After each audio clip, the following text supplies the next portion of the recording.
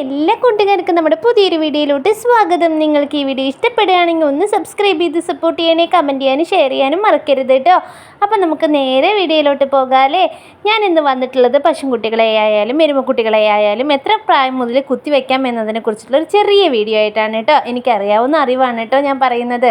നിങ്ങൾക്ക് എന്തെങ്കിലും മിസ്റ്റേക്ക് തോന്നുകയാണെങ്കിൽ ഒന്ന് തിരുത്താനായിട്ട് ശ്രമിക്കണേ. അപ്പോൾ നമുക്ക് നേരെ വീഡിയോയിലോട്ട് കിടക്കാമല്ലേ. അപ്പം നമുക്ക് ഏതൊരു പശുക്കുട്ടീനായാലും എരുമക്കുട്ടീനായാലും 2 വയസ്സിന് ശേഷം മാത്രമാണ് കേട്ടോ കുത്തിവെക്കാൻ സാധിക്കുകയുള്ളൂ. അതിന് മുന്നേ നമുക്ക് ചിലപ്പോൾ ചില പശുക്കുട്ടികളൊക്കെ ജനിക്കുമ്പോൾ തന്നെ നല്ല വലിപ്പമുള്ള നല്ല ഭംഗിയുള്ള പശുക്കുട്ടികളായിട്ട് ജനിക്കാറുണ്ട്. അതുപോലെ തന്നെ എരുമക്കുട്ടികളായാലും നല്ല വലിയ കുട്ടികളായിട്ട് ജനിക്കാറുണ്ട് കേട്ടോ. അത് മനുഷ്യന്മാരുടെ പോലെ തന്നെ ചില കുട്ടികൾ തൂക്കം കൂടി ജനിക്കുന്നവരുണ്ട്, ചിലവർ തൂക്കം കുറഞ്ഞ് ജനിക്കുന്നവരുണ്ട്.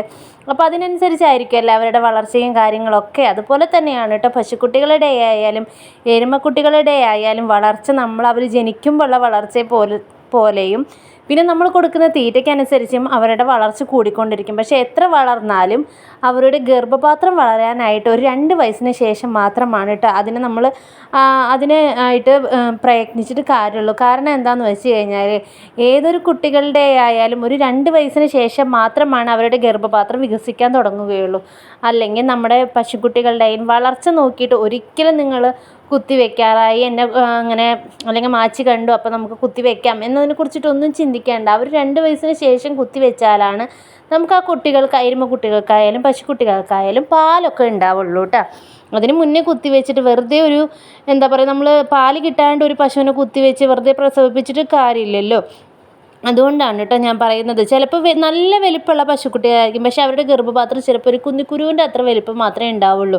നമ്മൾ കാണുമ്പോൾ വിചാരിക്കും എന്തോരം വലിയ പശുക്കുട്ടിയാണ് അല്ലെങ്കിൽ എന്തോരം വലിയ എരുമക്കുട്ടിയാണ്, അപ്പോൾ നമുക്കത് കുത്തി വെക്കാലേ എന്ന് ചിന്തിക്കും. പക്ഷെ നമ്മളത് നോക്കുമ്പോഴാണ് നമുക്കത് കാണാൻ പറ്റുക. അതൊരു കുന്നിക്കുരുവിൻ്റെ വലിപ്പം മാത്രമേ ഉണ്ടാവുള്ളൂ ആ ഗർഭപാത്രത്തിൻ്റെ വലിപ്പം എന്ന് പറയുന്നത്.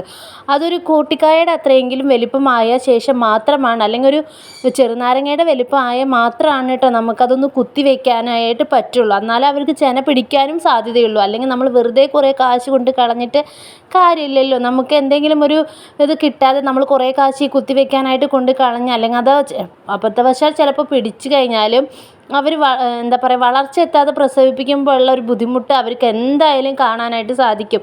കാൽസ്യം കുറവ്, അങ്ങനെ പല പല കാര്യങ്ങളും, കുട്ടികൾക്ക് വളർച്ചക്കുറവ് അങ്ങനെയൊക്കെ ഉണ്ടാവും കേട്ടോ.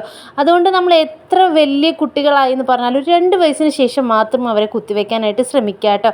കാരണം ഡോക്ടർക്ക് കൈയിടുമ്പോൾ തന്നെ മനസ്സിലാവും ഒരു വളർച്ചയില്ല. ചില ഡോക്ടേഴ്സ് പറഞ്ഞു തരില്ല, ചിലവർ ആണെങ്കിൽ അത് പറഞ്ഞു തരാനായിട്ട് ശ്രമിക്കാറുണ്ട് കേട്ടോ. അപ്പോൾ നമ്മൾ എത്ര തീറ്റ കൊടുത്താലും എത്ര വലുതായാലും നമ്മൾ 2 വയസ്സിന് ശേഷം മാത്രമാണ് കേട്ടോ എരുമക്കുട്ടികളെ തന്നെ ആയാലും പശുക്കുട്ടികളെ തന്നെ ആയാലും കുത്തിവെക്കാനായിട്ട് പാടുള്ളൂ.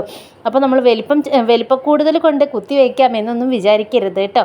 അപ്പോൾ എല്ലാവരും അത് പ്രത്യേകമായിട്ട് ശ്രദ്ധിക്കേണ്ട ഒരു കാര്യമാണ്. പിന്നെ എപ്പോഴും നമ്മൾ പശുക്കുട്ടികൾക്കായാലും എരുമക്കുട്ടികൾക്കായാലും പ്രസവിച്ച് കുറച്ച് നാൾ കഴിഞ്ഞ് 2 മാസമൊക്കെ കഴിയുമ്പോഴത്തേന് തന്നെ കുറേശ്ശെ തീറ്റ കൊടുത്തിട്ട് പഠിപ്പിക്കാനായിട്ട് ശ്രമിക്കുക.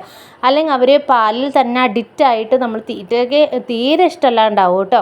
അപ്പോൾ നമ്മളെപ്പോഴും കുറച്ചായിട്ട് തീറ്റ കൊടുത്ത് പഠിപ്പിച്ച് കഴിഞ്ഞാൽ നമുക്ക് അവരുടെ പാല് കൂടി നിർത്താനായാലും വളരെ എളുപ്പമാണ് കേട്ടോ. അല്ലെങ്കിൽ പെട്ടെന്ന് എന്തെങ്കിലും എന്തെങ്കിലുമൊക്കെ ആവുകയാണെങ്കിൽ പാല് കുടിക്കാൻ പറ്റാത്ത സാഹചര്യം അങ്ങനെയൊക്കെ വരികയാണെങ്കിൽ നമുക്ക് ബുദ്ധിമുട്ടാണ്. അതുകൊണ്ട് എപ്പോഴും പശുക്കുട്ടികൾക്കായാലും എരുമക്കുട്ടികൾക്കായാലും 2 മാസത്തിന് ശേഷം കുറേശ്ശെ തീറ്റയൊക്കെ കൊടുത്ത് നന്നായി പഠിപ്പിക്കുകയാണെങ്കിൽ നമുക്കും ബുദ്ധിമുട്ടില്ല, അവർക്കും ബുദ്ധിമുട്ടില്ല കേട്ടോ. കുറേ ഫാമുകളിലൊക്കെ അങ്ങനെ തന്നെയാണ് ചെയ്യുന്നത്. നമ്മൾ സാധാരണ തൊഴുത്തുകളൊക്കെ ഉള്ളവരാണ് കേട്ടോ ഈ പശുക്കുട്ടികൾക്കും എരുമക്കുട്ടികൾക്കൊക്കെ നന്നായിട്ട് പാലൊക്കെ കൊടുത്ത് നന്നായി നോക്കുന്നത് സാധാരണ തൊഴുത്തുകളുള്ളവരാണ് കേട്ടോ. കൂടുതൽ ഫാമുകളിലുള്ളവരൊക്കെ ഇപ്പോൾ എന്താ ചെയ്യുന്നത് വെച്ചാൽ പശുക്കുട്ടികളൊക്കെ പ്രസവിച്ച ഉടനെ മാറ്റിയൊക്കെ നിർത്തുകയാണ്. കാരണം അവർക്കതൊരു ബുദ്ധിമുട്ടാണ്. അതുകൊണ്ടാണ് കേട്ടോ. കുറേ ഉള്ളവർക്കൊക്കെ ബുദ്ധിമുട്ടല്ലേ, നമ്മളെപ്പോലെ കുറച്ചൊക്കെ ഉള്ളവർക്കാണെങ്കിൽ കുഴപ്പമില്ല. അപ്പോൾ എല്ലാവരും ഈ കാര്യങ്ങളൊക്കെ ഒന്ന് ശ്രദ്ധിക്കാനായിട്ട് ശ്രമിക്കണേ.